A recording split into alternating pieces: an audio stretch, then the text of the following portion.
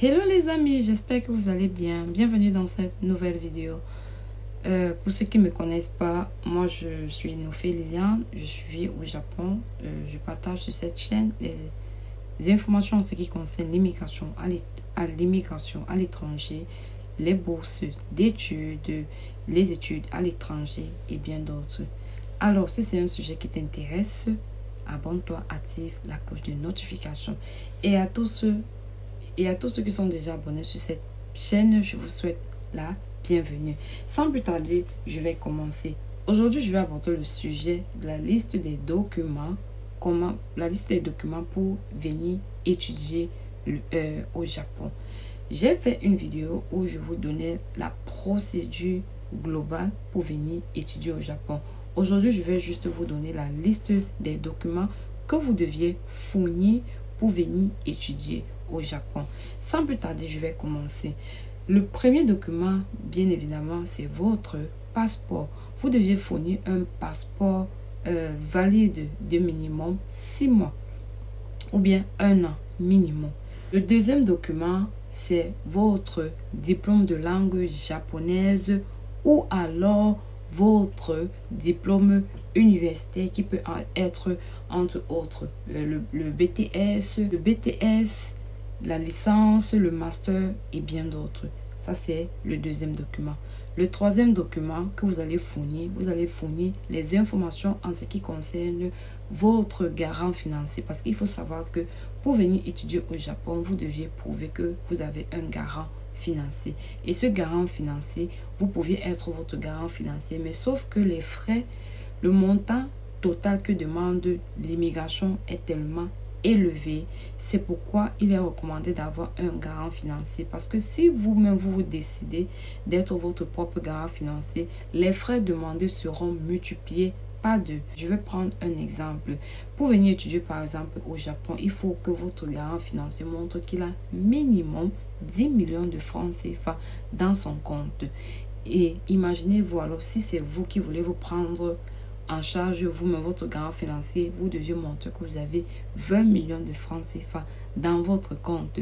Donc vous voyez que c'est un peu difficile pour montrer que vous avez ce montant. Donc d'où la nécessité d'avoir un garant, d'où la nécessité d'avoir quelqu'un d'autre comme garant financier. Autre chose que votre garant doit fournir, c'est qu'il doit donner une preuve de ressources. Cette preuve peut être son contrat de travail, si il est salarié, son contrat de travail, ses bulletins de paye, son attestation de travail, pour montrer qu'en fait, il travaille dans une compagnie.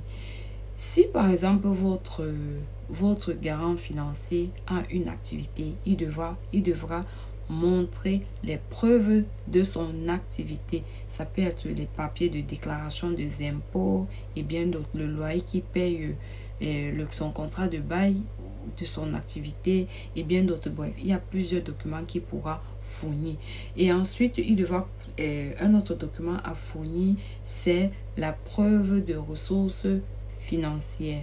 C'est-à-dire quoi? Relevé de compte bancaire avec minimum 10 millions, comme je l'ai tantôt mentionné, et une attestation de solde que la banque devra délivrer pour statuer le montant exact qu'il a dans son compte.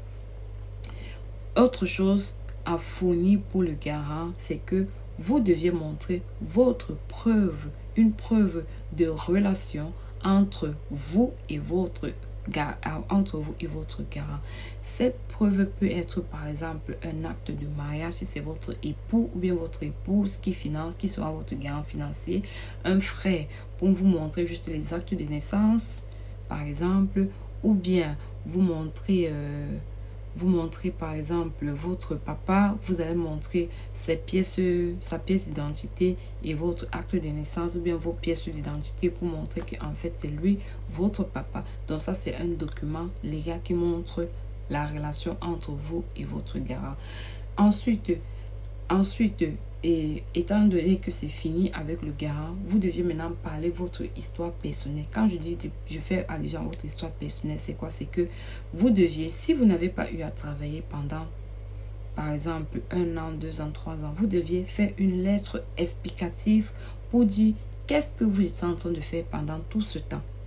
Est-ce que vous êtes en train de faire du bénévolat? Est-ce que vous êtes en train d'aider dans un business familial ou bien n'importe quoi? Donc, en fait, vous deviez donner une explication. Qu'est-ce que vous êtes en train de faire? L'école va vous donner un document que votre sponsor doit remplir et il doit dire pourquoi est-ce que pourquoi est-ce qu'il se porte garant pour être votre sponsor et bien d'autres. Autre chose que vous deviez fournir comme document, c'est quelle est la raison pour laquelle vous voulez venir au Japon. Vous allez écrire cette lettre pour dire pourquoi est-ce que vous voulez venir étudier au Japon.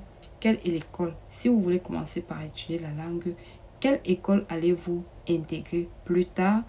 Par exemple, si vous venez par exemple pour apprendre la langue, vous voulez suivre votre cursus universitaire. Si c'est cela que vous voulez faire, vous devez expliquer. Et vous devez aussi faire une lettre dans laquelle vous allez expliquer en quoi l'apprentissage de la langue japonaise va vous aider dans votre pays de résidence. Ça, c'est une autre chose. Et ils vont vous demander même de donner un projet que vous voulez lancer compte tenu du fait que vous voulez étudier et le coût de ce projet. Ils vont vous demander par exemple les coûts. Et aussi, votre garant doit dire dans une lettre dans quel moyen il vous fera parvenir de l'argent pour venir étudier. En effet, les amis, ça c'est juste la procédure. Vous voyez un peu, c'est juste la procédure. Mais on se connaît. Je ne vais pas trop parler. On sait que dans la réalité, ce ne sont pas des choses qui vont se passer, mais c'est juste une façon de faire la procédure. Mais une fois que vous êtes sur place, il n'y a pas de souci. Et il faut savoir que quand vous êtes au Japon, les étudiants travaillent 28 heures la semaine et 40 heures pendant les congés. En fait, c'est ça. Pendant les congés, quand vous avez des congés, vous travaillez à temps plein. Et une fois que vous aurez préparé tous les documents, vos documents doivent être valides pour une période de 3 mois. Et vous deviez faire les traductions en anglais. Une fois que vous avez fait les traductions en anglais, vous deviez prendre tous vos documents, les originaux, plus les documents traduits en anglais que vous deviez acheminer par DHL, par la poste ou bien peu importe le moyen. Ça doit arriver à Tokyo ou bien auprès de votre école ou bien votre représentant. Une fois que ce dernier ou bien ces derniers recevront cela, les documents doivent se traduire en japonais et une fois que ce sera traduit, ils vont maintenant acheminer cela auprès de l'immigration. C'est l'immigration à son tour qui doit étudier pour vous délivrer ce qu'on appelle le certificat d'éligibilité. Et il faut savoir que la traduction, elle est payante. Le montant, je ne vous dirai pas parce que ça va dépendre d'une école à une autre école. Les frais d'application sont payables et ça dépend d'une école à une autre. Donc, au moment quand vous allez contacter l'école, on vous donnera tous les montants possibles. Donc, ne me demandez pas combien ça coûte parce que ça varie d'une école à une autre. Le prix n'est pas standard. Ok. Mais maintenant, une fois que l'école va acheminer ça là-bas auprès de l'immigration, l'immigration prend 3 mois pour étudier votre dossier. Donc, c'est pourquoi il est conseillé de demander sa procédure de demande de visa très tôt pour le Japon. Si vous avez par exemple envie d'aller pour la rentrée d'avril, il faut commencer déjà à préparer vos dossiers, votre application au mois d'août parce que ça prend vraiment du temps pour appliquer cela et il faut aussi donner du temps pour traduire votre document parce que c'est pas quelque chose qui est facile de traduire d'une autre langue à une autre langue. Tous les documents que vous aurez fournis, ça doit se traduire Ça doit se faire, donc il faut prendre du temps pour que ça se fasse. Donc, non seulement à l'école, quand ils vont finir avec vous, ils auront aussi un autre gros travail à faire derrière, traduire tous vos documents et ensuite acheminer tous les documents au niveau de l'immigration. Ok, je pense que c'est tout. Donc, une fois que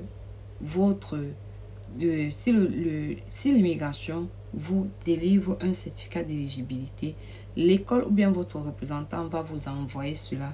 Vous irez juste avec votre passeport et votre demande de visa déposer auprès de l'ambassade afin d'avoir votre visa. Parce qu'il faut savoir que le certificat d'éligibilité, c'est le visa à 99%.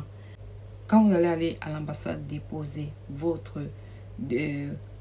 pour votre demande de visa, l'ambassadeur va vous mettre le visa et c'est avec ce visa que vous deviez voyager. Il va aussi vous remettre le certificat d'éligibilité parce que ce certificat d'éligibilité, vous deviez à tout prix voyager avec. C'est cela que vous allez remettre auprès de l'immigration à l'aéroport et quand vous allez le remettre ce document, il vous donnera votre résidence étudiante. Plus il va mettre derrière le stamp qui montre que vous êtes éligible pour commencer à faire les jobs. Donc, du coup, l'école va vous envoyer la fiche que vous deviez remplir pour votre demande de permis de travail. Et une fois à l'aéroport, vous deviez remettre la demande de permis de travail plus votre certificat d'éligibilité. Et quand on va vous remettre votre document, on vous dira que voici le stamp qui montre que vous pouvez travailler légalement vous pouvez travailler légalement sur le sol japonais. Alors, je pense que c'est tout pour cette vidéo. Merci à tous ceux qui ont regardé. Si tu es arrivé jusqu'à la fin de cette vidéo, n'hésite pas de me laisser un pouce bleu en l'air et surtout d'activer la cloche de notification sans manquer de t'abonner. Alors, on se prend à très bientôt pour une prochaine vidéo. Bye!